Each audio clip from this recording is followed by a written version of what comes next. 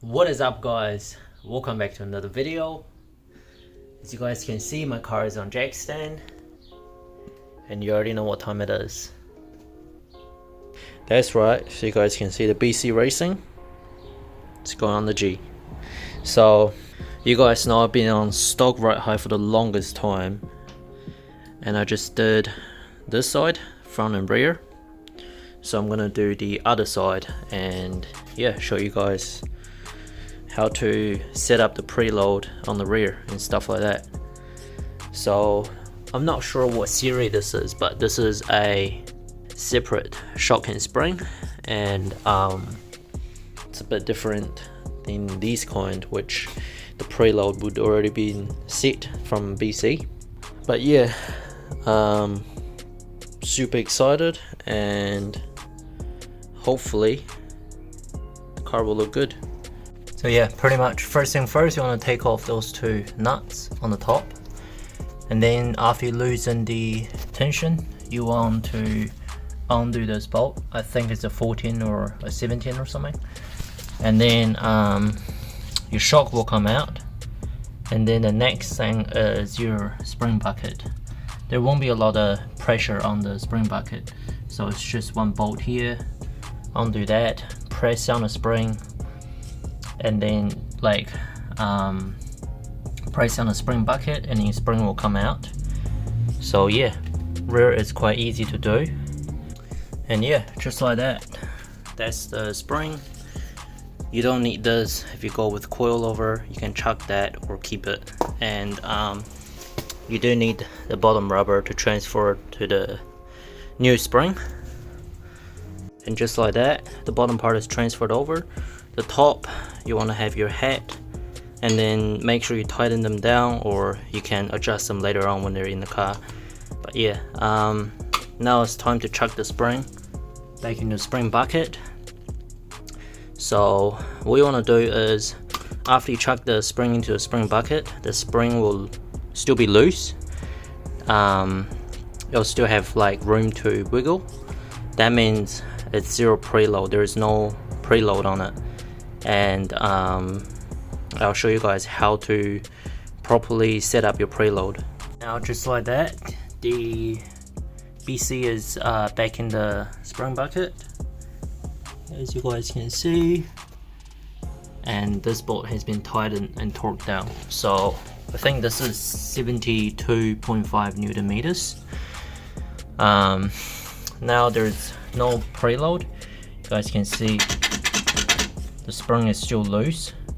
So pretty much what you want to do is you want to get it snug, which you need a jack, and then you just jack up the bottom of your spring bucket.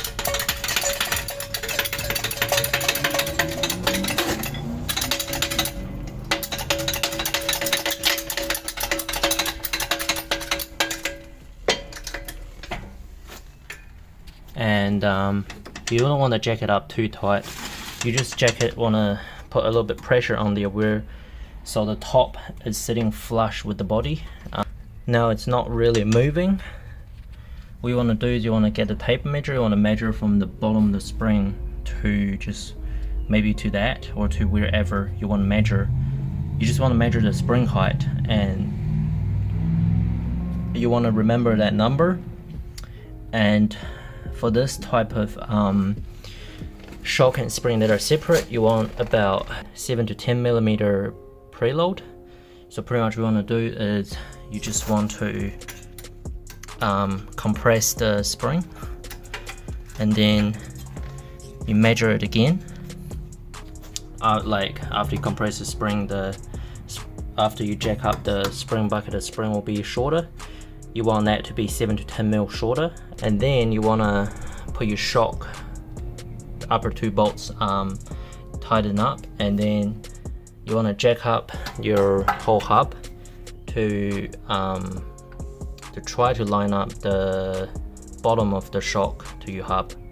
So after that, your preload has been set, and that's pretty much how you do it. Now the rear has finished. Moving on to the front. Absolute truck fitment. not only I've got the BC Racing coilover, I've got a Hardrace camber arm as well. Yeah, without further ado, let's install them. Alright, now the front, so you want to just unclip those ABS wires, undo that 12mm bolt, and then 312 on the top, these three.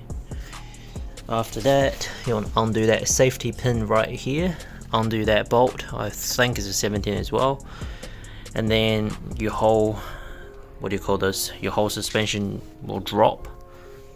And then you want to undo this one as well, your end link bolt as well as these 14, these two, so upper control arm will be out.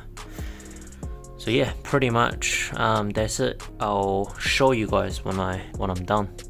Alright, so after how long of struggle, this is the next day. Everything is back together. So when I was taking the other side apart, I was having the issue where the end link wouldn't come out, and I was trying everything. I was even trying to take out the lower control arm completely, but nah. So took me almost 2 hours. So I figured that it's too much tension from the sway bar, because this side has been torqued down and everything. So I ended up just cracking loose the bolt right here, this one. So let this side of the suspension drop a little bit so it can drop the pressure, and then that side was easy to take off then. Alright, so this is how she is sitting right now. So you guys can see it's pretty close to the guard, because the guard hasn't been rolled, and the front is absolutely massive camber, really low as well, but surprisingly it doesn't scrape on the inner fender liner, which is good. But personally I don't want this much camber, so also the height, I want to adjust the height a bit more. So yeah, pretty much that'll be it for this video. I'm super happy the car has finally been lowered. Took her out for a drive last night. Man, it's a different night and day difference. The car feels so much more just tight and way less body roll, just more predictable. And yeah, if you have a G35 350Z Fuga, Stagia,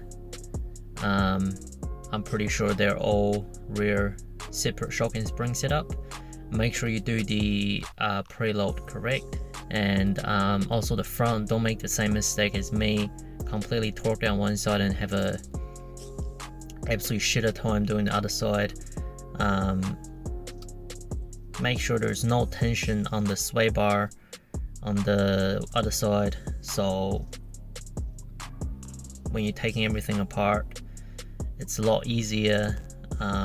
It's nearly impossible to take that side apart with that much preload on the sway bar, because the whole sway bar is like twisted. So yeah, if you guys having issue taking out like end links, shocks, nothing is coming out, just undo the shock on the other side and then let the suspension drop, and then that would make it hell of a lot easier. After you've done that, after you've done the side you're going to do, just tighten everything back up, jack the suspension back up, line up the bolts, torque them down. After I figured out the issue, the suspension was in like within no time. So yeah, hope you guys like this video. I've got so many goodies coming for this car, so yeah, stay tuned for the next video, and yeah, I'll see you guys in the next video.